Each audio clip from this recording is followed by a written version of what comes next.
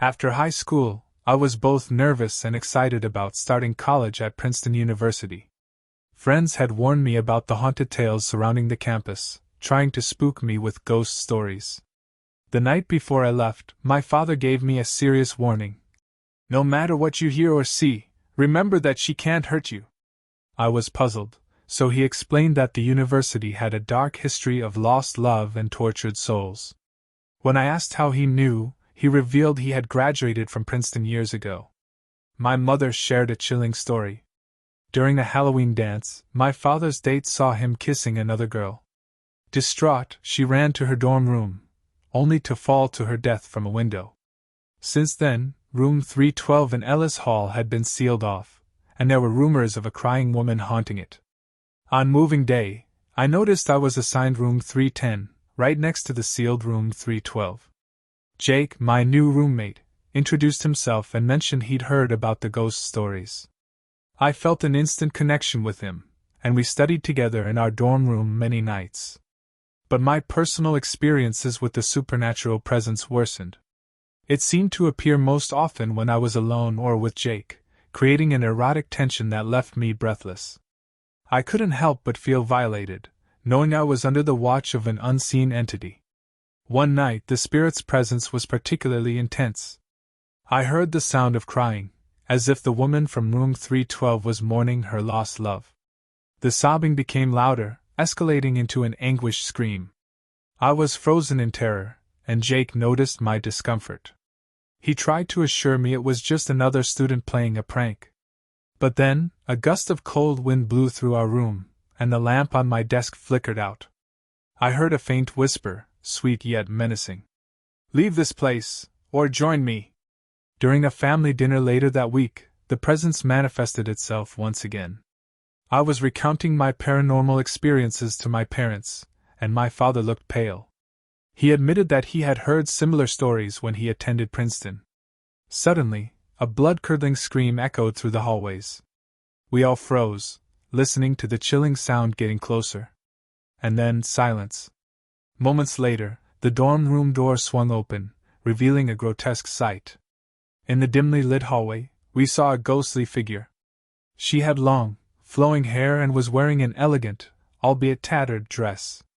A bloodstain spread from her chest, and her lifeless eyes stared straight into mine.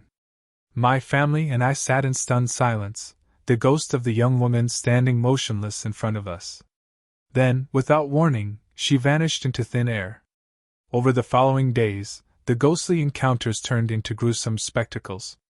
I witnessed my father's date from so many years ago, her translucent body falling through the air before shattering into a million shimmering pieces. Blood splattered the walls, the ghostly remains a terrifying sight that would haunt me for the rest of my life.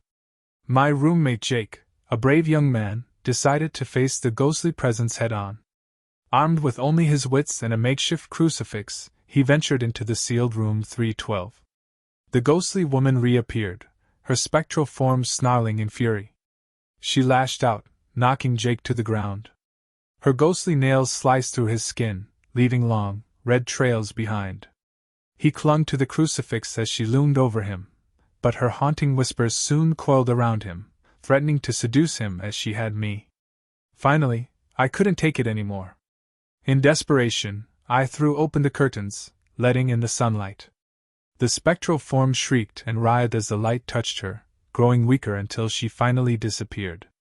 Still, the presence lingered under the cloak of darkness. I could feel her eyes upon me as I walked through the quads and into the library. Every night, I was haunted by her ghostly visage, her cries unable to drown out the burning desire I felt for Jake. Haunted by the specter of my dorm room and my longing for Jake, I knew there was only one solution. I transferred to another college, leaving behind the haunted walls of Ellis Hall. I still wonder about the fate of Jake and the tortured souls who wander the campus at Princeton, never quite able to rest.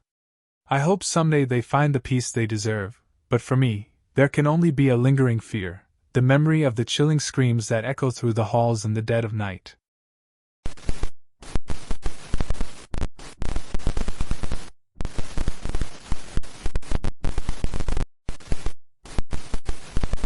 I hit my favorite bar stool and grinned at Sam beside me. I was in high spirits, enjoying our nights out and the thrill of getting tipsy together. Sam was a bit older, more worn from work, but had an eye for the good stuff. That night, the bar was lively. One woman was passed out on the bar, and a group of friends were unsuccessfully battling it out in pool. "Check out that girl," Sam nudged me. I turned to see a redhead in a crop top, her curves practically spilling out. "You should go for it. You never know." Feeling bold, I approached her. She smiled and invited me to join her. We ended up at her place, where she rode me with wild abandon. Her naked, freckled body was a sight to behold, and her moans were intoxicating. We went at it hard, her hips grinding against mine until I could take no more. She collapsed on top of me, breathless. "Now I'll always have a piece of you," she whispered, her tongue teasing my ear. I left her apartment naked, clothes bundled in my arms, puzzled by her words and my own actions. The next night, Sam wanted to meet up again. I was eager, but Sam's serious tone threw me off. He told me to go out and really explore. I wandered into the night, eventually finding myself on a dark, deserted path. There I saw a woman running effortlessly. I chased her, tackled her, and lost myself in a primal frenzy. When it was over, I was left in a heap of clothes, my essence drained.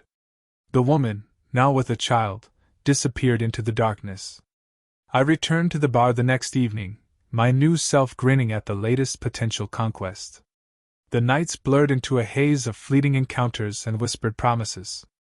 Each woman was different, each experience a fleeting touch, a whispered secret, a fleeting memory. The thrill of the chase, the rush of the encounter, became an addiction. It was as if there was a primal hunger within me, a desperate need to be consumed, to consume. One night, I found myself in a dark alley, the stench of decay clinging to the air. A woman stood in the shadows, her eyes glinting like sapphires in the dim light. Her name was Luna, and she was a siren, a creature of the night, a creature of darkness. "You seek something," she said, her voice a low, seductive purr. "Something more than fleeting moments. You seek something lasting, something primal." Her words struck a chord within me, a deep, resonating truth. I hungered for something more, something deeper than just fleeting pleasure. I wanted to be consumed, to be one with the darkness, to lose myself in the primal embrace of the night. Luna led me to a hidden room, a den of shadows and whispers, where the air hung heavy with the scent of blood and musk. She stripped me bare, her touch feather-light yet searingly hot. As she touched me, I felt something shift within me, a primal energy surging through my veins. It was then I saw the glint of something sharp, a blade glinting under the moonlight. The next thing I knew, I was on my knees, blood staining the floor. A woman lay before me, her throat torn open, her eyes staring into nothingness. The scent of her blood filled my nostrils, a heady, intoxicating aroma. Luna watched me, her lips curled into a cruel smile. "You are a hunter now," she said, her voice dripping with dark honey. "You are a creature of the night, a devourer of souls. You have tasted the blood, and it will forever call to you." She led me out of the room, the cold air a stark contrast to the heat of the bloodlust coursing through my veins. As I walked, the city seemed different, the shadows deeper, the whispers more menacing. I was no longer the man who walked into bars looking for a quick thrill. I was a beast, a hunter, a predator. The nights that followed were a blur of bloodshed and primal ecstasy. I hunted women, drawn to their innocence, their vulnerability. I felt no remorse, only a growing hunger, a need to devour and destroy. The thrill of the chase, the taste of blood, became my obsession. One night, I stumbled upon a group of young women, their laughter echoing through the streets. They were beautiful, innocent, unaware of the darkness that stalked them. I watched them, feeling a primal surge of desire. I wanted them all, each one a stepping stone to a deeper, more profound darkness. I followed them, my senses heightened, my blood pumping with a savage energy. They entered a dark alleyway, a perfect place to hunt. I cornered them, my eyes glowing with a predatory hunger. "You should be afraid," I growled, my voice a guttural rasp. You should be begging for mercy. The girls screamed, their terrified cries a symphony to my ears. I moved in, my hands reaching for their throats, my teeth bared in a savage grin. As I tasted their blood, I felt a surge of power, a sense of completion. They were just the beginning. I was no longer a man, I was a creature of the night, a predator with a taste for blood. I was a monster, and I was hungry.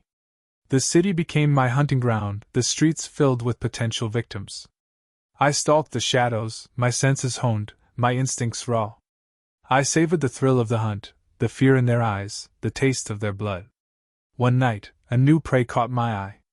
She was different, a beacon of light in the darkness. Her name was Sarah. She had long, flowing hair the color of moonlight, and eyes that held the light of 1,000 stars. She was everything I hated, everything I wanted to destroy. I followed her, drawn to her like a moth to a flame. She moved with an ethereal grace, her laughter a melody that echoed in the night. I wanted to break her, to see the light in her eyes extinguished, to taste the fear in her mouth. One night, I cornered her in a dark alley, a cruel smile twisting my lips. She looked up at me, her eyes filled with a mixture of fear and defiance. You should be afraid, I whispered, my breath hot against her cheek. You should be begging for mercy. But she didn't flinch. She met my gaze, her eyes burning with an inner fire. You're a monster, she whispered, her voice strong despite her fear. And monsters are meant to be vanquished. Her words struck a chord within me, a flicker of the man I used to be. I saw myself in her eyes, the monster I had become, the darkness that consumed me. I wanted to hurt her, to silence that defiant spirit. But I couldn't. I was paralyzed by her gaze, by the truth she reflected back at me. What are you? She asked, her voice a low whisper. What have you become? I didn't answer. I couldn't. The truth was too painful, too agonizing. I was a monster, a creature of the night, a devourer of souls. I had lost myself in the darkness, and I felt no way back. She turned and walked away, her steps light and graceful, leaving me alone in the shadows. I stood there, my body heavy with a sense of failure, my soul filled with a profound emptiness. I could no longer hunt, no longer devour. The taste of blood had lost its appeal, the thrill of the chase a faded memory. I was a creature of the night, but I was also a prisoner of the darkness, trapped in a cycle of violence and despair. I returned to the bar, the place where it all began. I sat at my favorite barstool, the familiar scent of beer and stale smoke a reminder of a past I could no longer reclaim. I felt a pang of longing, a yearning for the man I used to be, the man who had a sense of humor, a heart full of laughter, and a soul open to love. But that man was gone, consumed by the darkness. I was a monster, a creature of the night, and there was no turning back. The only thing left was to wait for the inevitable, to embrace the darkness and the emptiness that consumed me. The night was cold, the city a labyrinth of shadows. I felt the emptiness within me, a gnawing void that nothing could fill. I was a monster, and I was alone.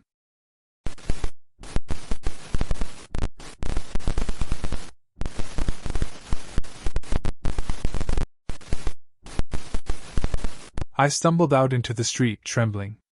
The once grand hotel lobby was deserted, looking abandoned for decades. Dust motes danced in the faint moonlight filtering through the grime-covered windows. The street was shrouded in darkness, and an eerie feeling prickled my skin. It wasn't just the cold, the dampness that seeped into my bones. It was something else, something unseen, something that pressed against my back, a weight I couldn't shake. I turned, sensing a presence I couldn't see. My heart hammered against my ribs, a frantic rhythm that echoed the pulsing terror in my veins. The air crackled with a tension so thick it seemed to choke me. I tried to reassure myself it was just a nightmare, a bad hallucination brought on by the night's excesses.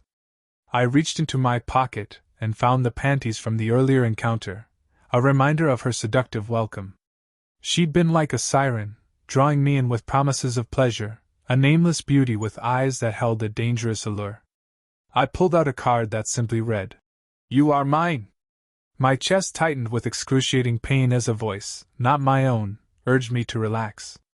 I was paralyzed, unable to turn, but the sensation of something sinister was palpable. The voice whispered in my ear. My touch is warm, but if you do as I say, you'll get what you crave, a climax unlike any other. But remember, I control her too. The voice claimed she was like someone I knew, Emma. My heart stuttered, a familiar name triggering a flood of memories.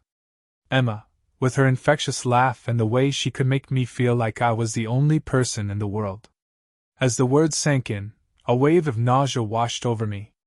This wasn't Emma. This was something monstrous, something that fed on my desires, twisting them into something dark and dangerous. With a sickening lurch, I found myself back at the nightclub, a familiar haze blurring the edges of my vision. The pounding music was a throbbing pulse in my ears, the stench of sweat and cheap perfume a suffocating blanket.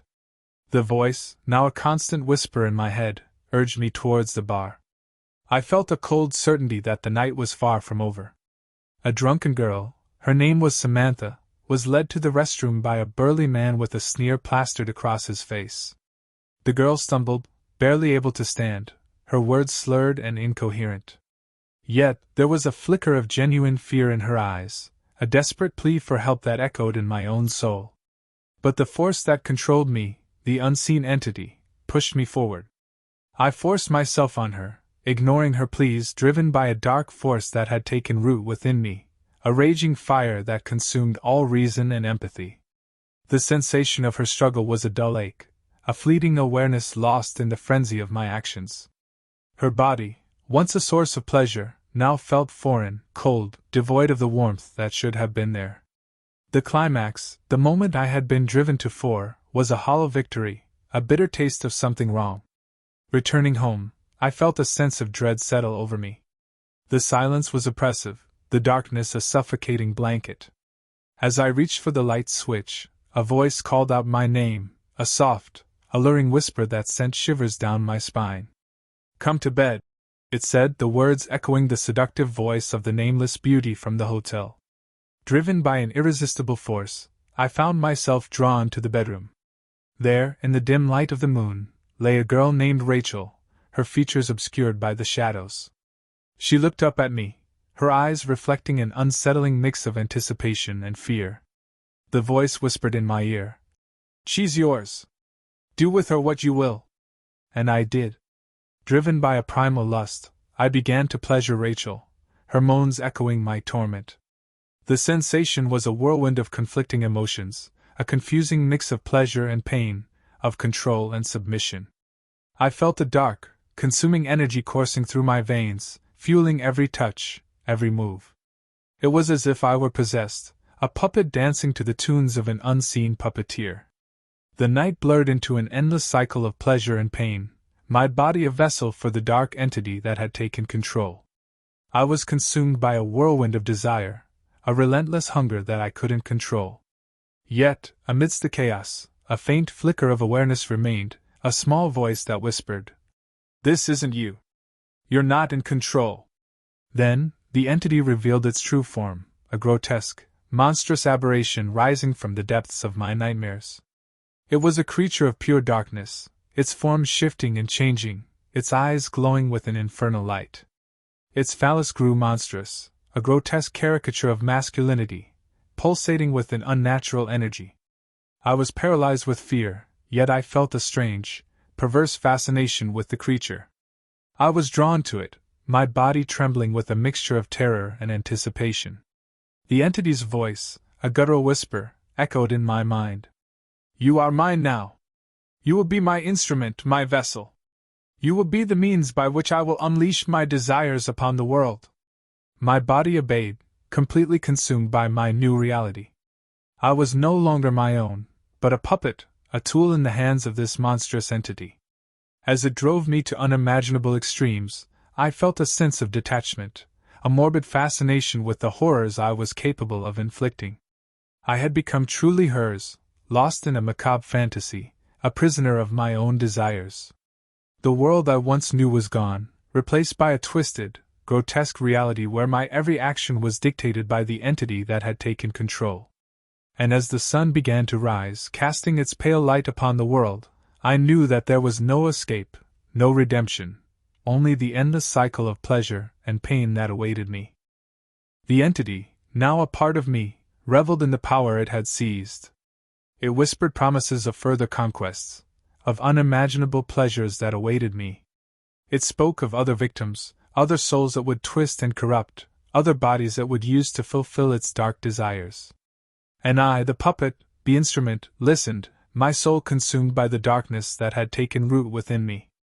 I felt a strange, perverse sense of satisfaction, a twisted pleasure in the power I now wielded, a power that was not my own.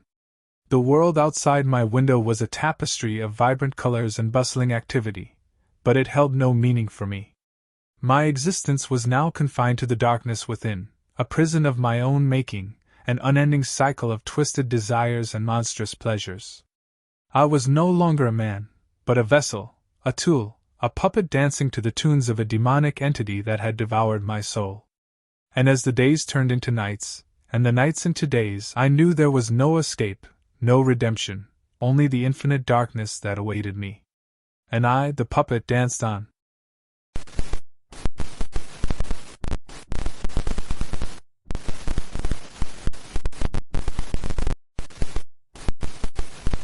Driving the ice pick through his skull wasn't how I planned my evening, but it unfolded that way. I hadn't seen an ice pick in years. Its long, slender form and sharp point seemed to beckon me. Even with my eyes closed, I envisioned it piercing his head, the shiny tip emerging on the other side. The sensation was oddly arousing. It wasn't part of my plan, but it just happened. I'd come home from work, exhausted and stressed, to find an unexpected surprise. The basement door, usually locked, was ajar. A strange shuffling sound came from downstairs, and I knew I had to investigate rather than call the police. Grabbing my gun, I crept down the stairs, my senses heightened. Suddenly, he grabbed me from behind, knocking me down and sending my gun skidding across the floor. I struggled, but his grip was too strong. He was a tall, muscular man, with an intimidating presence but an oddly attractive demeanor. Despite my fear, I saw his startled reaction when I laughed and taunted him. He demanded silence, and to know if I was going to fight back or comply. His hardened state intrigued me, and I decided to tease him instead. As I lay there, pinned beneath him, I could feel the heat of his body, and the tension between us grew. I slowly undid his pants, taking his erect member into my mouth, savoring the taste. He was surprised but quickly became aroused by my boldness. I stripped and suggested he undress fully. He complied, though his initial confidence waned. I took charge, my hand on him as he explored my body. As we tangled in a dance of pleasure and power, I reveled in my ability to manipulate and control the situation. When he turned me onto my stomach, the rough treatment and pain only heightened my arousal. I was on the verge of climax when he reached his peak, leaving me unsatisfied. As he lay next to me, spent and vulnerable, I saw an opportunity. I managed to grab an old ice pick from a box and plunged it into his temple. He fell limp, his expression frozen in shock. I smiled, knowing this was another twisted addition to my collection. I loaded his body into my truck, ready to dispose of him in the desert, reflecting on the grim satisfaction of the night. I looked down at the man's lifeless body, the ice pick still embedded in his skull. I felt a mix of disgust and excitement, a thrill that only came from pushing the boundaries of my darkest desires. I had never killed before, but there was something about this man that brought out the worst in me. I drove for hours, my thoughts consumed by the night's events. I couldn't believe what I had done, but I couldn't deny the rush it had given me. I had always been drawn to the taboo, the forbidden, and now I had taken it to a new level. I pulled over at a remote spot in the desert, far from prying eyes. I dragged the man's body out of the truck and into a shallow grave. I covered him with dirt and rocks, the weight of the earth silencing his secrets, forever. As I drove back home, I couldn't shake the feeling that this was only the beginning. I had always been a collector, a hoarder of memories and experiences, and now I had added a new prize to my collection. I knew I would have to be careful, to hide my true nature from the world. But I couldn't deny the thrill, the rush that came from indulging my darkest desires. I arrived home, exhausted but exhilarated. I knew I should feel guilty, remorseful, but all I felt was a sense of satisfaction. I had taken control of my fears, my desires, and had come out on top. I had always been drawn to the taboo, the forbidden, and now I had taken it to a new level. I undressed and stepped into the shower, the hot water washing away the dirt and grime of the night. I closed my eyes and let the memories flood back, the taste of his skin, the feel of his body against mine. I touched myself, reliving the moments of pleasure and pain, the edge of my desire pushing me to the brink. I came hard, the orgasm ripping through me like a thunderbolt. I collapsed onto the floor of the shower, spent and satisfied. I knew I was different, that my desires were darker, more twisted than others. But I couldn't deny the thrill, the rush that came from indulging my darkest fantasies. Days turned into weeks, and weeks into months. I carried on with my life, hiding my true nature from the world. But the memories of that night stayed with me, haunting me like a ghost. I couldn't shake the feeling that I would do it again, that I would give in to my darkest desires. I was sitting at home one night, sipping a glass of wine, when I heard a knock at the door. I froze, my heart racing. I knew it was him, the man from the basement. I had thought I had killed him, but here he was, come back to haunt me. I opened the door, my gun at the ready. But it wasn't him. It was a detective, a man with a stern expression and a sharp gaze. "I'm here about the man you killed in your basement," he said. My heart stopped. I had thought I had gotten away with it, that I had hidden my tracks well enough. But here he was, standing on my doorstep, ready to expose my darkest secrets. "I don't know what you're talking about," I said, trying to keep my voice steady. "We have witnesses who saw you bring a man into your house, and we have evidence that ties you to the crime scene," he said. "We know it was you." I felt a sense of panic wash over me, my mind racing to come up with a plan. But I knew there was no escape. I had been caught, and I would have to face the consequences. As the detective handcuffed me and led me out of my house, I couldn't shake the feeling that this was how it was meant to end. I had indulged my darkest desires, pushed the boundaries of what was acceptable, and now I would pay the price. But as I was led away, I couldn't help but smile. I had lived my life on my terms, had indulged my darkest desires, and had come out on top. Even if it meant spending the rest of my life behind bars, I knew I had lived a life filled with passion, excitement, and danger. And there was something intensely erotic about that. In the end, I was convicted of manslaughter and sentenced to 20 years in prison. I served my time, keeping my head down and my mouth shut. I didn't talk about the man in the basement, or about my twisted desires. I knew that no one would understand, that I was different, unique. But even in prison, I couldn't shake the feeling that I was different, that I was special. I had lived my life on my terms, had indulged my darkest desires, and had come out on top. I had become a legend, a myth, a monster. And as I sat in my cell, surrounded by cold steel and concrete, I couldn't help but smile. I had lived a life filled with passion, excitement, and danger, and I wouldn't have had it any other way. And so, my story ends, not with a bang, but with a whisper. A whisper of desire, of passion, of danger. A whisper that will haunt me for the rest of my days. And I will embrace it, cherish it, and hold it close to my heart. For it is a part of me, a part of who I am, and a part of what makes me human. Driving the ice pick through his skull wasn't how I planned my evening, but it unfolded that way. And I wouldn't have had it any other way.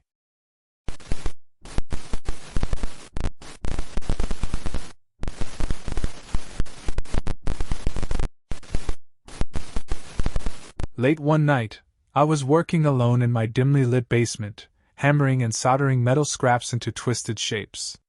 The air was thick with the scent of burning oil and my own sweat. I was consumed by the dark, twisted fantasies that had been my sole companions for years.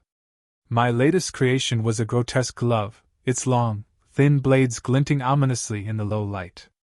As I slipped it on, my fingers flexed with a sinister purpose, my dry lips stretching into a cruel smile.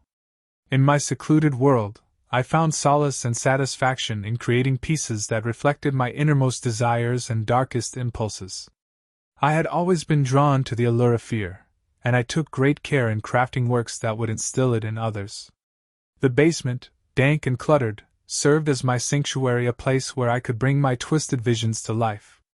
Upstairs, Elena was unwinding in a hot bath, her body slowly relaxing in the fragrant water. She drifted off to the edge of sleep, but suddenly felt rough, male hands dragging at her ankles, pulling her down into the water. Panicked, she slipped beneath the surface, the bathwater turning cold and harsh against her skin. She struggled to escape but felt the pressure of my gloved fingers groping and tearing at her screams muffled by the water. Elena awoke with a start, her heart pounding in her chest. It had only been a nightmare, but the terror lingered, the feeling of suffocation still heavy in her chest. A frantic knock at the bathroom door jolted her back to reality. Trembling, she assured her mother she was fine, but the nightmare's grip lingered. As the night wore on, Elena tried to distract herself with TV, but her fear was palpable, a tangible force that seemed to cling to her. I watched from the shadows, eager to continue my game. When she ventured downstairs, seeking solace in the familiar surroundings of our home, I reveled in her terror. I grabbed her, pulling her into a corner, my gloved fingers caressing and violating her as she squirmed in helpless, erotic dread. I had been watching Elena for months, studying her every move and waiting for the perfect moment to strike.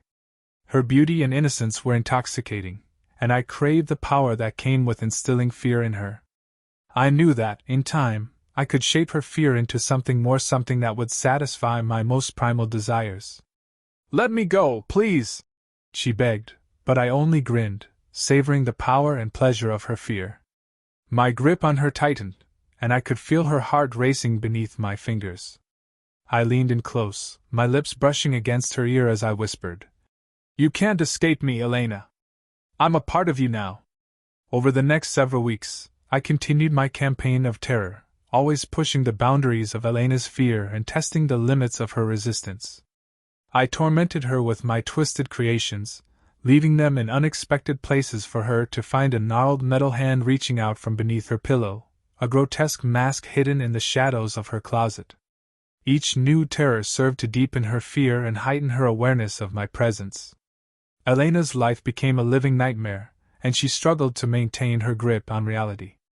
She began to question her own sanity, wondering if the horrors she faced were real or merely figments of her imagination. Her fear fed my power, and I reveled in the control I held over her. But as the days turned into weeks and the weeks into months, something unexpected began to happen. Elena's fear, once so potent and paralyzing, began to transform into something else, something more primal and instinctual. Her body, once tense and rigid with fear, began to respond to my touch in new and unexpected ways. Her breath would catch in her throat, her heart would race, and a warmth would spread through her body, leaving her disoriented and confused. I had never anticipated this development, and I found myself captivated by the intoxicating mixture of fear and desire that now drove our interactions. I knew that I had to push the boundaries even further, to explore the depths of Elena's psyche and uncover the true source of her terror. One night, I lured Elena into the basement, my heart pounding with excitement and anticipation. The air was thick with the scent of metal and oil, the low light casting long shadows across the floor. I wore my grotesque glove, its long, thin blades glinting ominously in the dim light. "What do you want from me?" Elena demanded, her voice trembling with fear and anger. I stepped closer, my gloved fingers reaching out to touch her cheek. "I want to show you the beauty in your fear, Elena. To help you embrace the darkness within yourself." She recoiled at my touch, her eyes wide with terror. "You're sick. You need help." I grinned, my fingers trailing down her neck to brush against the tender skin of her throat. "Perhaps.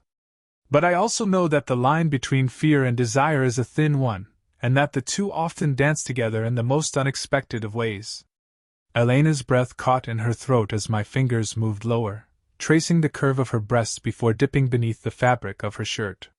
She tried to pull away, but I held her fast, my gloved fingers exploring her body with a sinister purpose.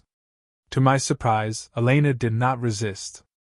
Instead, her body seemed to soften beneath my touch, her breath coming in ragged gasps as I caressed and teased her. The combination of fear and desire was intoxicating, and I could feel my own control begin to slip as I lost myself in the moment. As our encounter grew more intense, I could see the terror in Elena's eyes begin to fade, replaced by a fierce determination. She was no longer a victim, but a willing participant in our twisted dance.